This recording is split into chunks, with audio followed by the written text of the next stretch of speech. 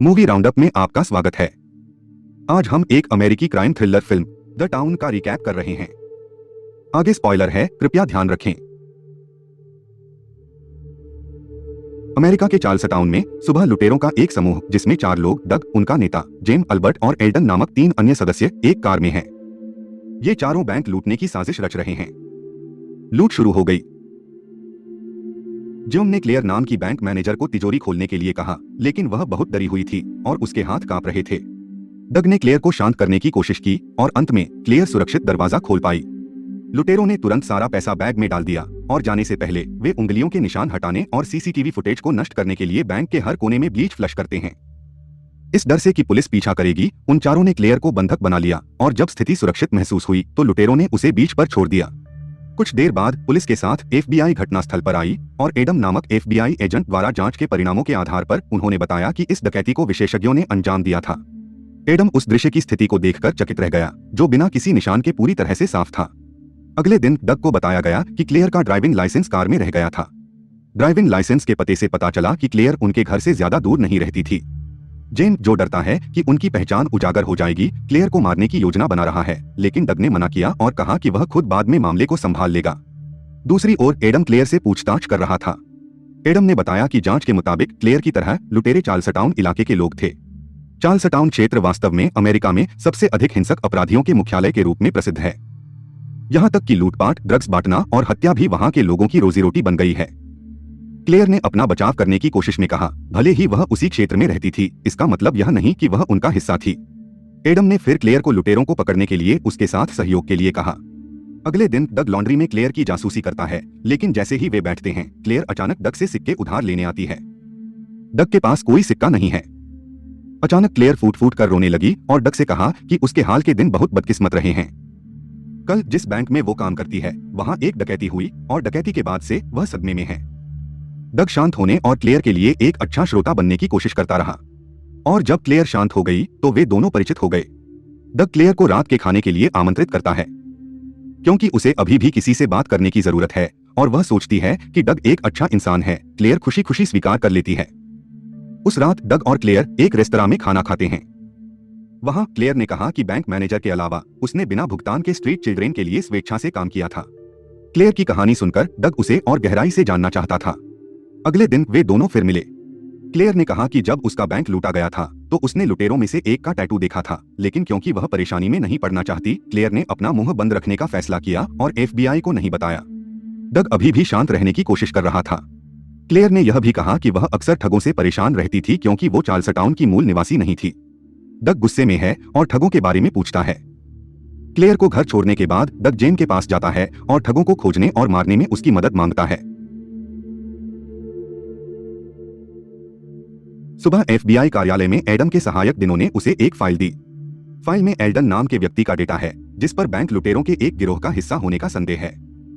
परीक्षा परिणामों से, आपराधिक रिकॉर्ड और कई बैंकों के सीसीटीवी फुटेज से एल्डन के समान मुद्रा का डाकू है। एडम ने जांच की कि एल्डन के दोस्त कौन है। अगले दिन एडम और डिनो ने एक बारबेक्यू पार्टी में एल्डन का पीछा करना शुरू किया। चारों लुटेरे अपने अपने परिवारों के साथ जमा होते नजर आए। एडम ने फिर उनकी गतिविधियों की तस्वीरें लीं। जांच के बाद डिनो और एडम ने एफबीआई के सभी सदस्यों को समझाया कि उनके आपराधिक रिकॉर्ड और शरीर की मुद्राओं के अनुरूप होने के स्तर के आधार पर यह निश्चित था कि वे 4 लोग लुटेरे थे जिनकी उन्हें तलाश थी। अब डग और क्लेयर करीब आ रहे हैं। जब क्लेयर शौचालय में थी, जेम ने अचानक डॉग को पीछे से चौंका दिया। कुछ समय बाद क्लेयर आई और वे दोनों परिचित हो गए। जब जेम क्लेयर से बात कर रहा था, डॉग बहुत उत्तेजित था और उसे डर था कि क्लेयर जेम के टैटू को नोटिस करेगी। जैसे ही जेम चला गया, डग ने टैटू को ढकने की कोशिश की ताकि क्लेयर इसे न देख सके। शाम को जेम डग को डांटता है क्योंकि डग उस चश्मदीद गवाह से मिलकर परेशानी की तलाश कर रहा है जिसको वे मारने वाले थे। डग ने यह कहकर उसे शांत करने की कोशिश की कि सब ठीक हो जाएगा। डग का कहना है कि जेम को बस अपने अगले डकैती मिशन पर ध्यान देने की जरूरत है। अगले दिन डग और अन्य लुटेरे हथियार तैयार कर रहे हैं। वे बैंक से पैसे ले जा रही वैन को लूटने की योजना बना रहे हैं। जब सब कुछ तैयार हो गया तो डकैती शुरू हो गई। कुछ घंटों की मशक्कत के बाद वे कामयाब हो गए।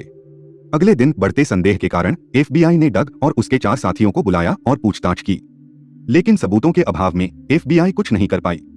एडम फिर डग से मिला। उसे देखते हुए एडम ने कहा कि चार्ल्सटाउन में सभी डकैतियों के पीछे डग का हाथ था। एडम ने शपथ ली कि एक दिन वह सबूत ढूंढेगा और डग को जेल में घसीटेगा। एडम की धमकी सुनकर डग डरा नहीं। उसने एडम को तुरंत इसे साबित करने की चुनौती दी। अगली सुबह डग क्लेयर से मिला। हिम्मत जुटाकर उसने क्लेयर को हीरे का हार देकर प्रपोज किया।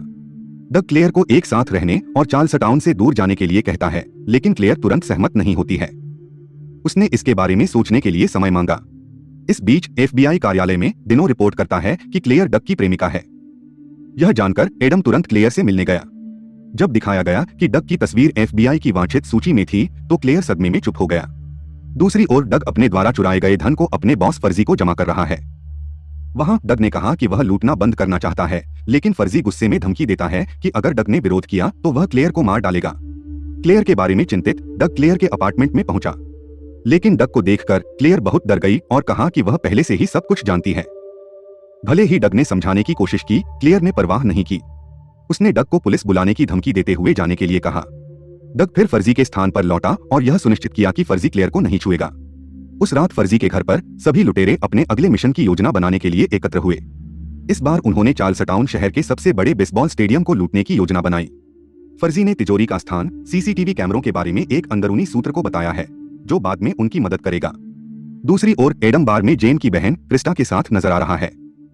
एडम ने कहा कि वह पहले से ही जानता था कि क्रिस्टा एक ड्रग कुरियर है, इसलिए वह एक सौदा करना चाहता था। यदि क्रिस्टा उसे जेन की अगली डकैती का स्थान बताएगी तो उसने क्रिस्टा को गिरफ्तार नहीं करने का वादा किया। अंत में क्रिस्टा को इसका खुलासा करने के लिए मजबूर होना पड़ा। दोपहर में क्रिस्टा से मिली जानकारी के अनुसार एफबीआई ने छापेमारी कर उन्हें गिरफ्तार करने की कोशिश की, लेकिन दुर्भाग्य से उन्हें धोखा दिया गया। क्रिस्टा ने झूठी जानकारी दी थी। जब डग अपार्टमेंट में आसपास देख रहा था तो क्रिस्टा और उसका बच्चा अचानक आए और कहा कि उसे डग से प्यार हो गया है। उसने डग से उसे शहर से बाहर ले जाने के लिए विनती की, लेकिन डग ये नहीं कर सकता क्योंकि उसकी पहले से ही एक प्रेमिका थी। डग ने उसे दूर भगा दिया, लेकिन क्रिस्टा ने भीख मांगना जारी रखा। कुछ समय बाद एडम को फोन आया कि क्रिस्टा का एक्सीडेंट हो गया है और वह उससे मिलना चाहती है। एडम सीधे अस्पताल गया और मिलने पर क्रिस्टा ने एफबीआई को बताया कि कल डग बेसबॉल स्टेडियम को लूट लेगा और उसके बाद उसने शहर से बहुत दूर जाने की योजना बनाई है। लूट का दिन आ गया। डग और अन्य सदस्य तैयार है। डग और जिम पुलिस अधिकारी के रूप में फर्जी के अंदरूनी सूत्र की मदद से स्टेडियम में प्रवेश करने में कामयाब रहे, लेकिन बीच रास्ते में वे गलती से पुलिस से मिल गए जो पहरे पर थी। दोनों पक्षों ने एक दूसरे पर लुटेरे होने का आरोप लगाया। सौभाग्य से वे दोनों मानसिक रूप से जीत गए और पुलिस को बांधने में कामयाब रहे। इसके बाद वे स्टोरेज रूम में गए और अधिकारियों को अंदर बांध दिया। पैसे लेने के बाद दोनों दौड़ पड़े और बेसमेंट में पहुंच गए। लूट की सफाई करते समय डग को अजीब लगा कि कमरे में स्थिति इतनी शांत क्यों है। बेसमेंट की खिड़की की जांच की तो पता चला कि सैकड़ों पुलिस वालों ने उन्हें घेर लिया था। जेन को कुछ संदिग्ध हरकत दिखी और खिड़की से एफबीआई ने ग्रेनेड के माध्यम से एल्डन को मार दिया। हालांकि उन्हें घेर लिया गया था, फिर भी उन तीनों ने तुरंत वापस लड़ने की कोशिश की। अल्बर्ट ध्यान भटकाने के लिए खुद को बलिदान करता है, जबकि डग और जेन ने पुलिस होने का नाटक किया और चोरी के पैसे लेकर बाहर चले गए। एफबीआई के सदस्यों में से एक ने एडम को बताया कि दो अन्य लुटेरे पुलिस अधिकारी के रूप में भाग गए। एडम को यकीन था कि वे दोनों डग और जेन ही होंगे। फिर जब उसने एक पुलिसकर्मी को संदिग्ध रूप से चलते देखा, एडम उसके पीछे दौड़ा और अंत में पुलिस की गोली से जॉन को मरना पड़ा। अपने सबसे अच्छे दोस्त को अपनी आंखों के सामने मरता देख डग सदमे में चुप हो गया। उदास डग को अपने सबसे अच्छे दोस्त के शरीर को छोड़ना पड़ा। डग फर्जी के आदेशों का पालन करने से नाराज था, तो डग ने तुरंत उसे मार डाला। कुछ घंटों बाद चार्ल्स टाउन के सबसे प्रसिद्ध डाकू नेता फर्जी की मौत की खबर तेजी से फैल गई। एडम को संदेह है कि डग अपराधी है। एफबीआई ने उस दिन डग को पकड़ने के लिए रणनीति तैयार की। डग क्लेयर को फोन पर कॉल करने की कोशिश करता है। वह क्लेयर को मिलने के लिए आमंत्रित करता है क्योंकि उसके पास बात करने के लिए महत्वपूर्ण चीजें हैं, लेकिन क्लेयर इसके बजाय डग को उसके घर आने के लिए कहती है। यह पता चला कि क्लेयर के घर में पहले से ही एडम के साथ एफबीआई भी हैं। डग ने देखा कि एडम क्लेयर को धमका रहा था। डग ने फिर क्लेयर के घर जाने का नाटक किया।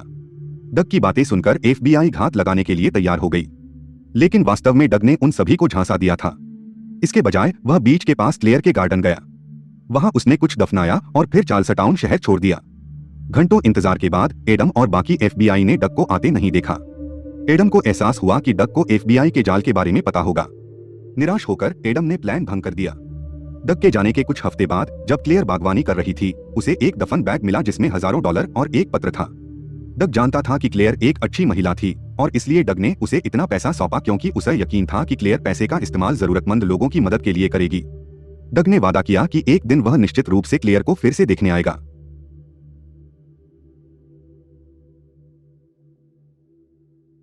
फिल्म यहीं समाप्त होती है। देखने के लिए धन्यवाद। कृपया हमारे चैनल को लाइक, कमेंट, शेयर और सब्सक्राइब करें। जल्दी फिर मिलते हैं।